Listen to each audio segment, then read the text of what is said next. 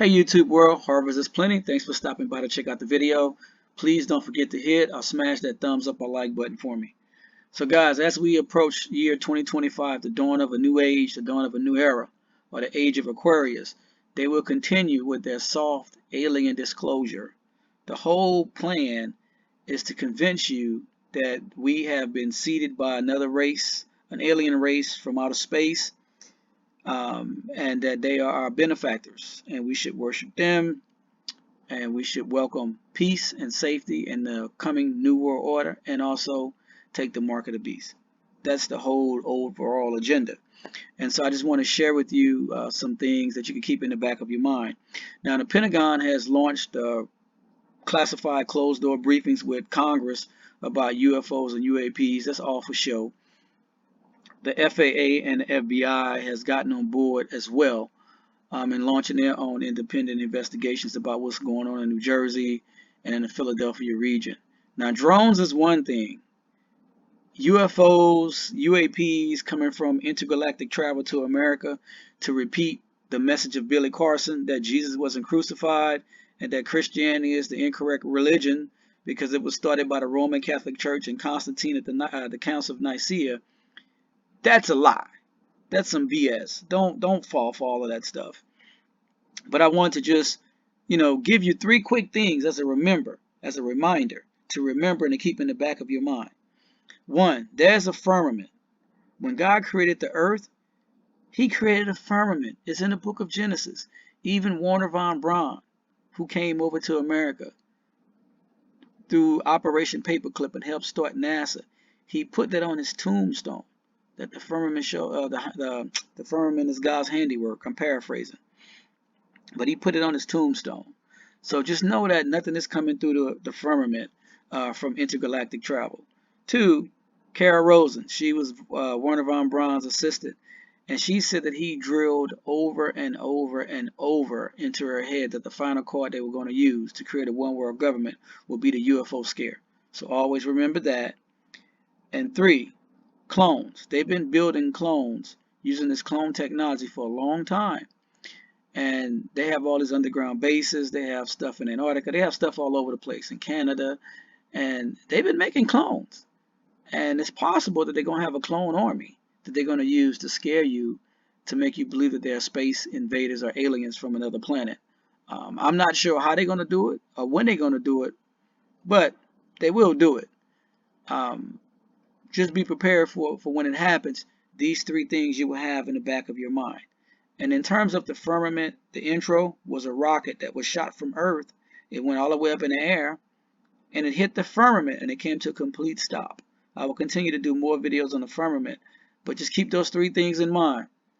Firmament, Kara Rosen, and they're planning for a possible alien clone army to attack America or attack some city to convince you that aliens are real. All right? Until my next video, guys, I love you. Continue to pray without ceasing, and may God continue to bless you and your family.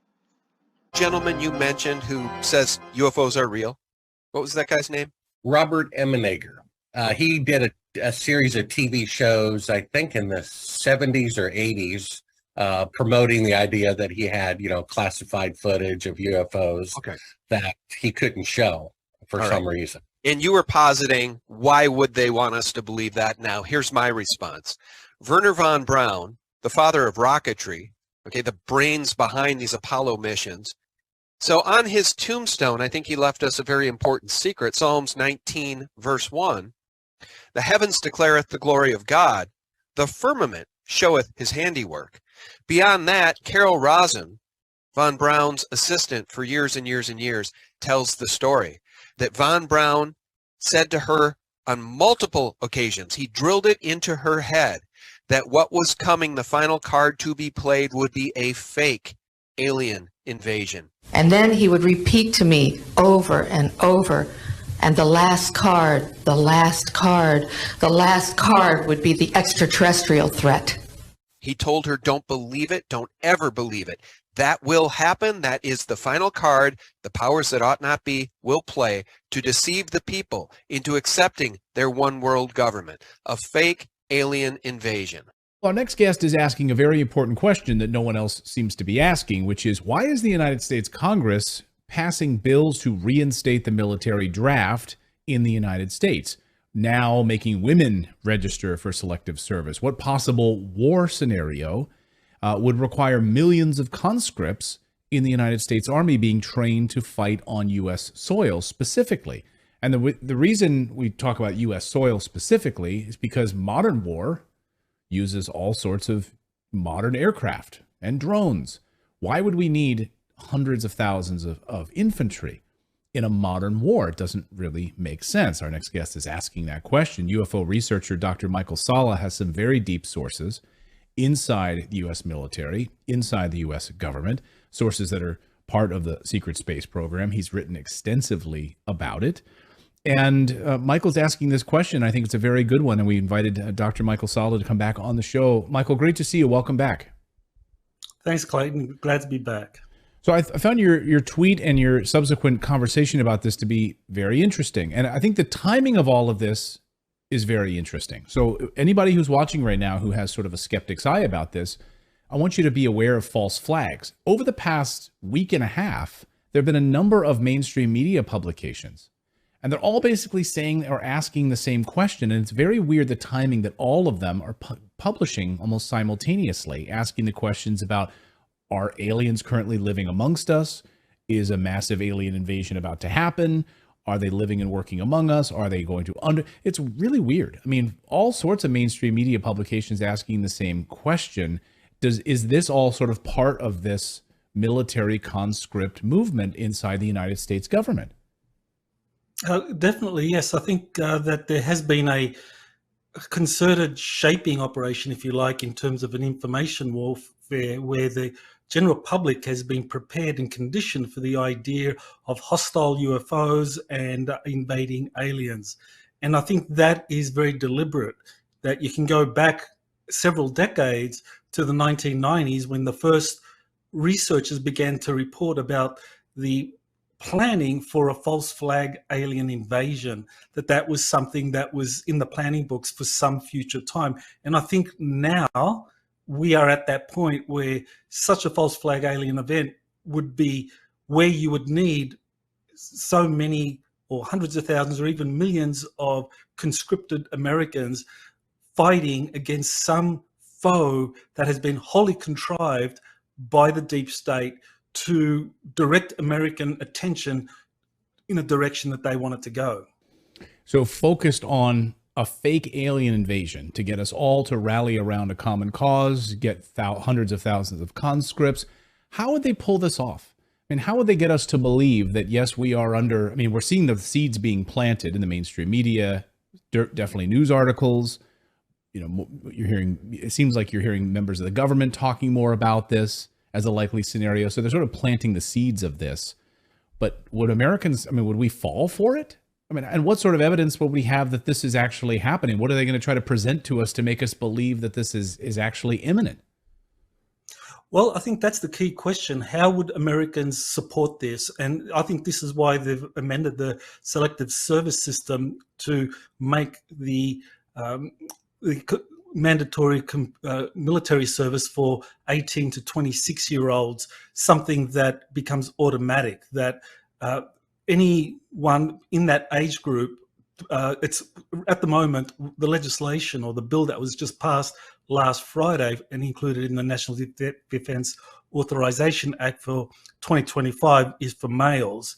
And I think that the reason that they have passed that is that the plan is that when they move forward with this false flag event, because people's children in that age group 18 to 26 are recruited into, or are actually forced to enlist, that they would go out there and fight, I think people would lose their skepticism because all of a sudden their sons are out there fighting against some foe, and who that foe is would be critical. And I don't believe it would be genuine aliens. I think what we would have is a contrived alien threat.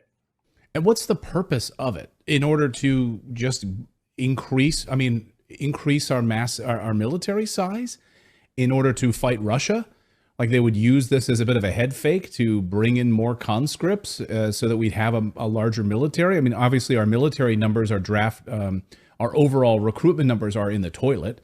They've been declining steadily for years. What is the purpose of this? Why would they want to do this? Well, the justification that was given in a paper that was published by the National War College a year ago was that looking at the Ukraine conflict, there would be a need for large-scale combat formations in the future.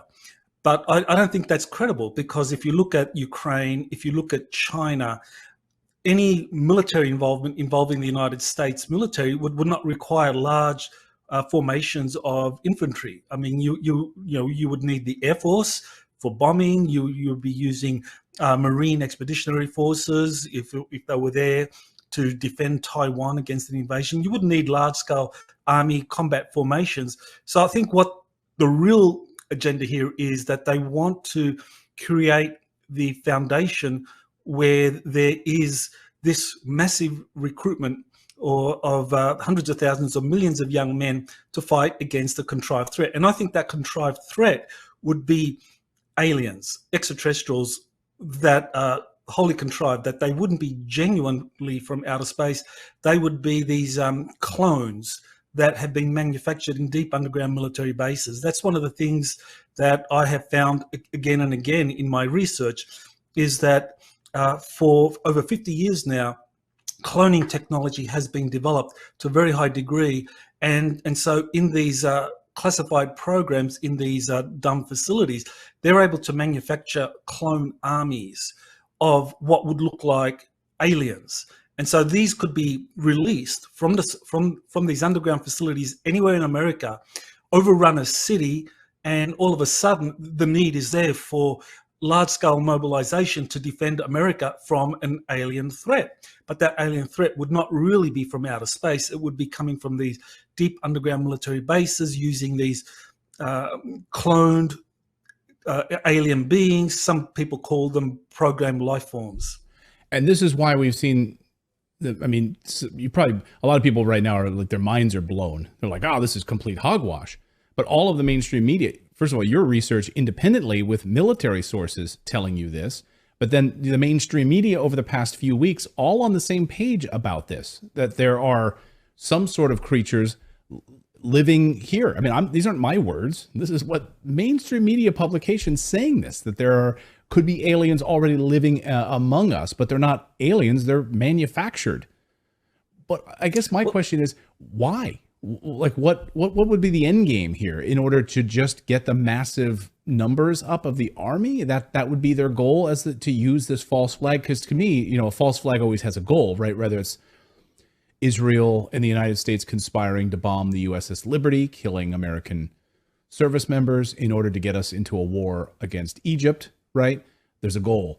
The USS Maine to go to war against Spain, Gulf of Tonkin to go to war against North Vietnam, allowing Pearl Harbor to happen to get us into World War II. So, I guess my question is then, what is the false flag goal with this?